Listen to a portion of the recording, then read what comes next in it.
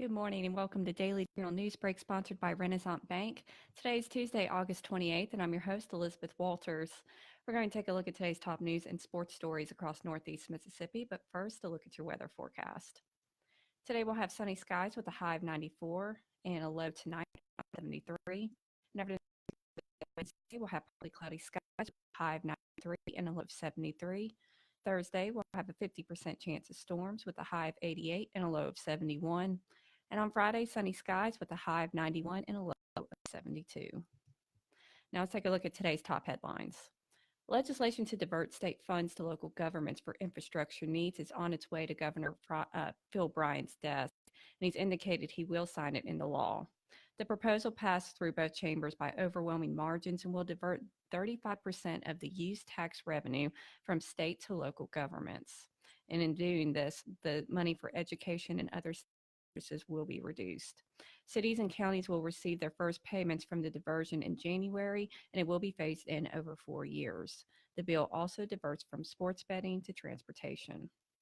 But what will not be included is a lottery in the state. Late Monday, the Senate passed the lottery bill 31-17, but only moments after the House rejected the same proposal 60-54.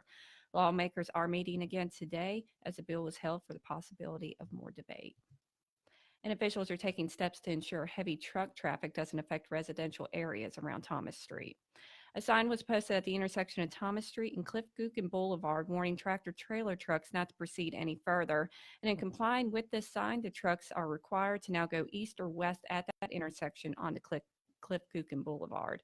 COO Don Lewis said the sign was placed as a proactive step, anticipating increased activity on Thomas Street because of new interchange at Highway 6 funneling additional traffic. The new interchange between Thomas Street and Highway 6 opened last week, and Lewis said the intent is to divert heavy commercial truck traffic away from residential areas, and also noted the presence of a school zone on Thomas Street.